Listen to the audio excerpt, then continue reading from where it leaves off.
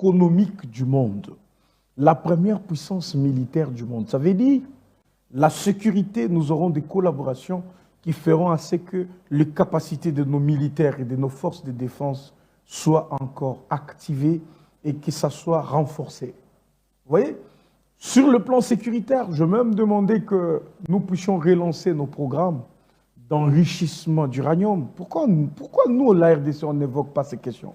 Alors qu'on sait que c'est avec l'uranium qui a été tiré à Chinkolobwe, nous sommes dans le Katanga, qu'on avait fabriqué la bombe atomique. Mais nous avons encore ces gisements d'uranium qui existent. On ne va pas garder ça pour des radioactivités. Nous sommes maintenant avec la première puissance militaire au monde, les États-Unis d'Amérique. Qu'est-ce que vous proposez? Parce que l'arme nucléaire, au moins eux, selon le programme des instituts qui gèrent des énergies atomiques, ils sont autorisés à enrichir ces uraniums. Ils fabriquent chaque jour des armes nucléaires, ils fabriquent des missiles, des systèmes de brouillage et tout ce qui va avec. Mais nous, la RDC, on doit oser. On doit dire aux Américains, maintenant que nous sommes avec vous, voilà le programme sur lequel on peut s'étaler. On peut échanger les connaissances. Les Congolais peuvent aller étudier aux États-Unis d'Amérique. On peut venir installer des usines.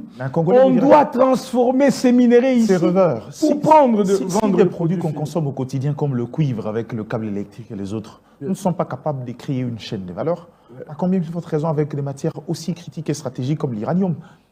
Non, mais la chaîne de valeur, elle sera créée déjà. Il faut être ambitieux, c'est sûr, mais il faut avoir déjà, il faut se dire qu'avec la gouvernance du président Tshisekedi, nous sommes partis de environ 4 milliards de dollars pour aujourd'hui, on parle de 18 milliards.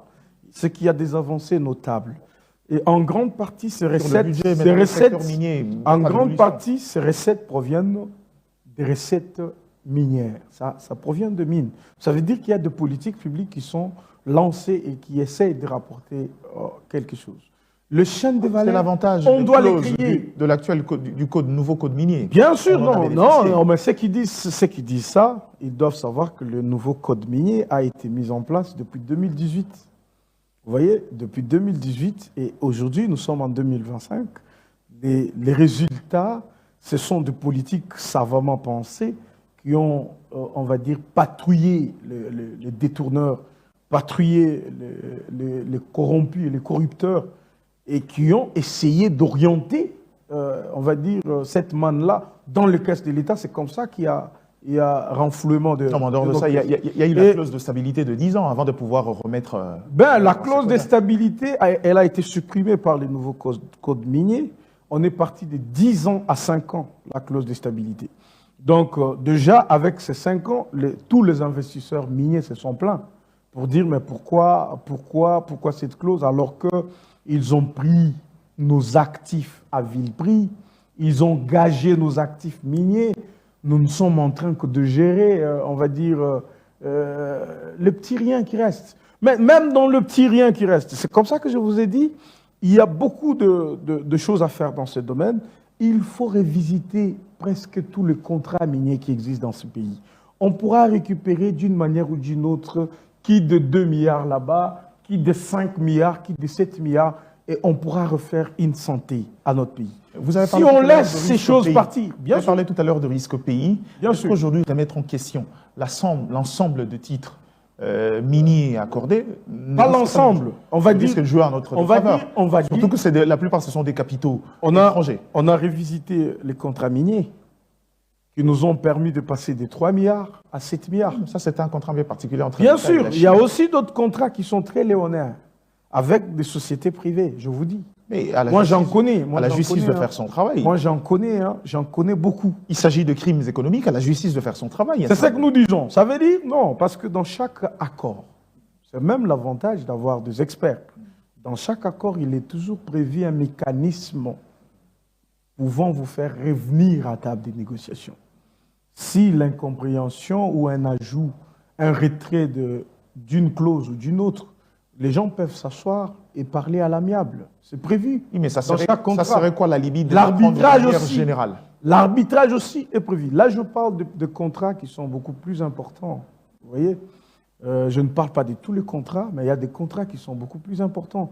Quand nous avons dépouillé la Gécamine de beaucoup de ces gisements, nous avons donné à vil prix, et c'était à l'époque de Joseph Kabila, à des privés. L'idée, c'était d'avoir l'argent tout de suite. Ils se sont enrichis, ils ont pris ce qu'ils pouvaient prendre, les restes ne les intéressaient pas. Et ces gens, ils ont pris de minéraux qu'ils ont achetés aujourd'hui à 10 millions de dollars, et demain, ils ont revendu à 600 millions. Vous voyez, on a ces problèmes-là, parce que nous n'avons pas de responsables.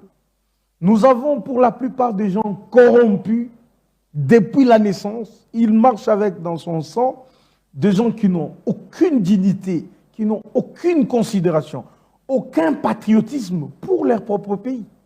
Comment voulez-vous qu'un truc que tu sais que ça peut coûter 600 millions, tu acceptes de vendre ça à 50 millions et demain, tu sais que l'autre va revendre à autant de millions. Donc, il y a beaucoup de gens qui n'aiment pas ces pays, mon frère. Et c'est aussi la difficulté de président. Je parle en général de président de la République. Il va faire confiance à quelqu'un en pensant qu'il est crédible, il est honnête, il peut faire quelque chose. On met la personne commence à voler. Vous voyez, la justice, au lieu d'intervenir, elle vous met dans une confusion. Il arrête, demain il libère,